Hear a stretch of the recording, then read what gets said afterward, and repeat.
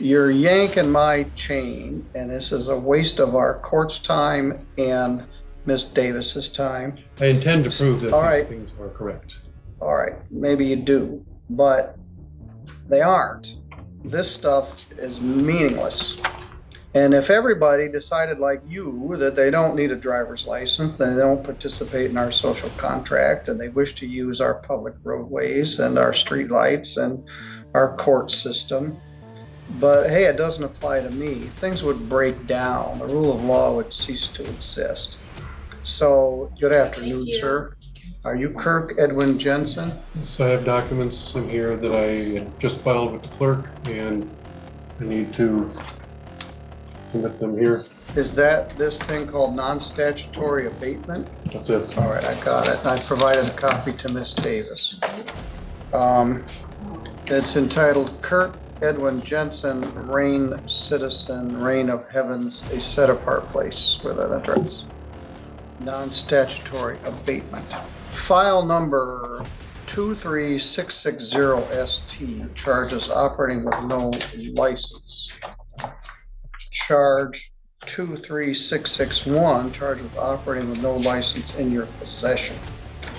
I don't think you can be convicted of both of those, as I said at our arraignment. And then the third count is a civil infraction, no proof of insurance. Could probably be charged as no insurance, but it was charged as a civil infraction. I have the proof of that here. May I see it? All right, that's the person that owned the car. Correct. Yep. All right. Let Debbie see that.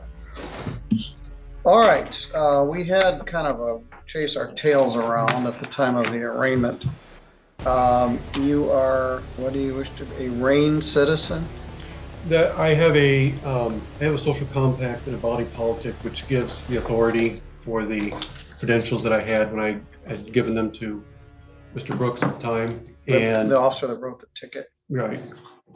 You had said that you were going to try to get those from him, see them for yourself. Yeah, I don't know whether Miss Davis got that or not. We did get additional information from the agency in Detroit regarding passports, and they confirmed they are fraudulent. So if this doesn't get resolved today with the plea as charged to these misdemeanors, then we will be amending to have felony charges. People call themselves different things. The common vernacular term had become sovereign citizen.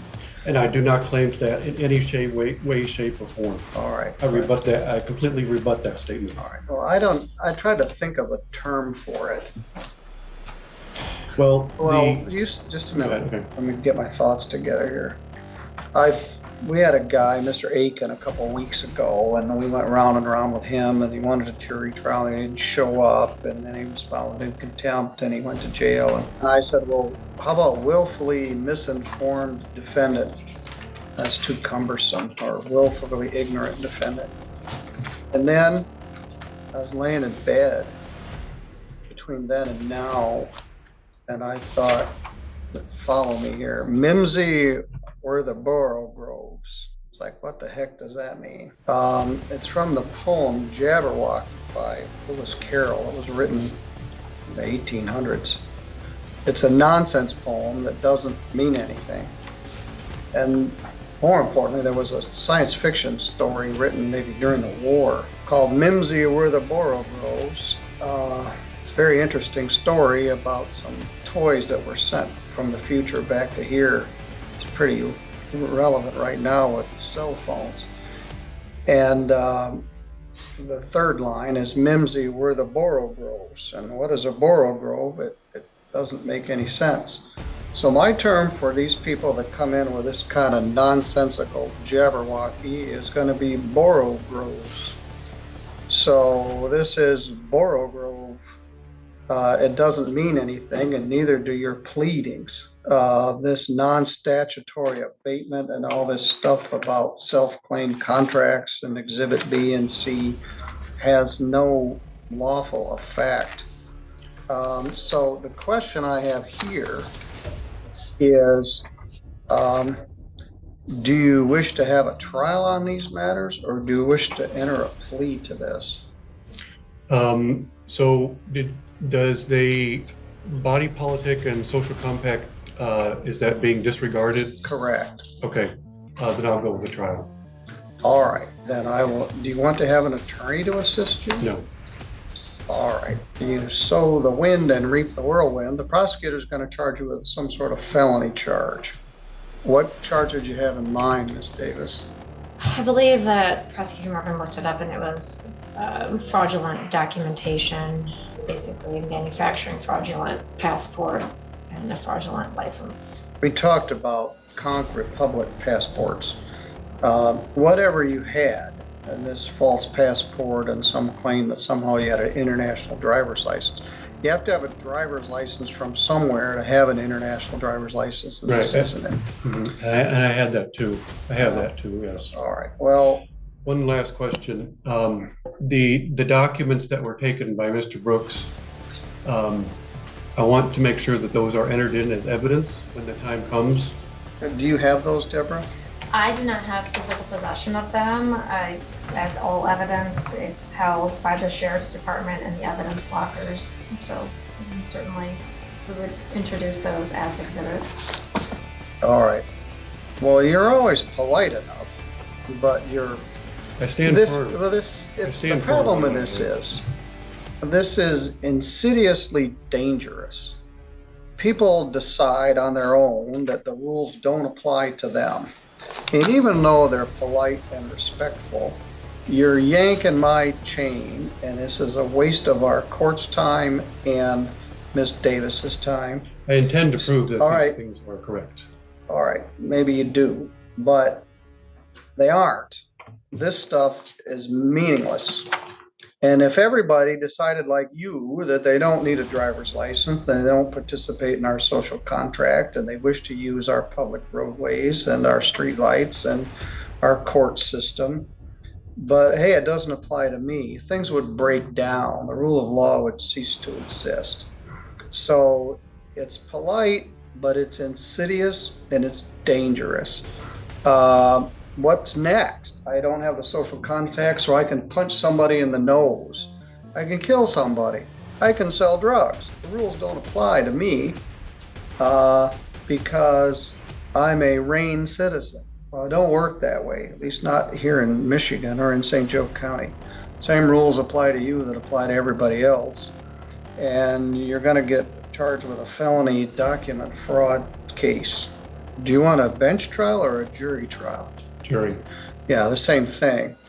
It's hypocritical. The rules don't apply to you, but you don't mind bringing in 30 of your citizens to come in and It's hear going to be this just stuff. me. It's just going to be just me. I'm going to set for a jury trial. Mimsy, we're the Borough Groves. That's what this amounts to.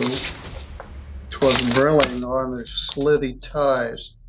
It's a bunch of nonsense.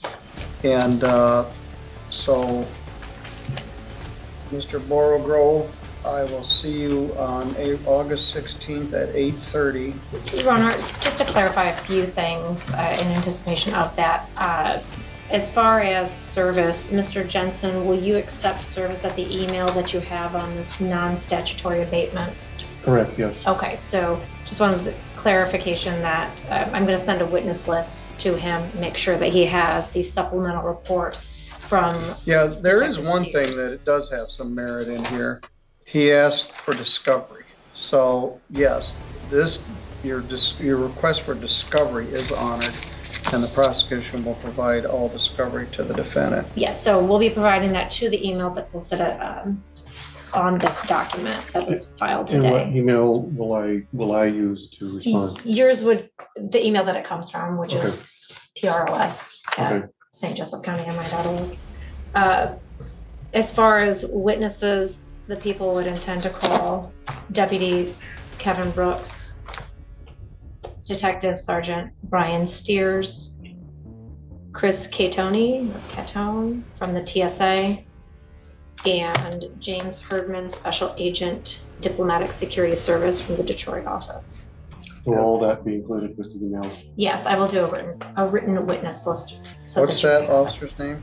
The last one, James Herdman, Herdman.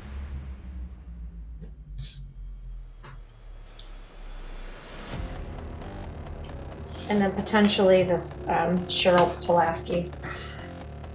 The owner of the car. Yes. I don't believe there might have been another backup officer. Let me double check.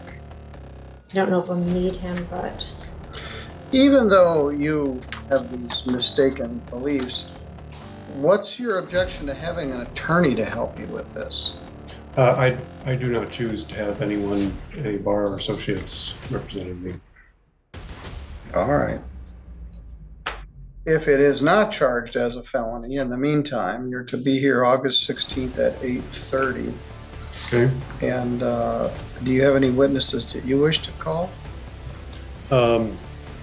Potentially the owner of the car. I'm not sure at this point, but that would be one potential minimum. Other Just a minute. witnesses, would they be available? One precaution, the owner of the car might have a Fifth Amendment right not to testify. Mhm.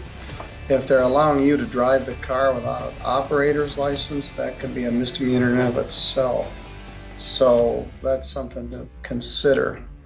But we'll address it further. We'll see what Mr. Marvin and Ms. Davis elect to do with this. For further witnesses, would Zoom be available? No, they be here live and in person. Okay. All right. Any questions? All right, you're free to go. thank you, Roman.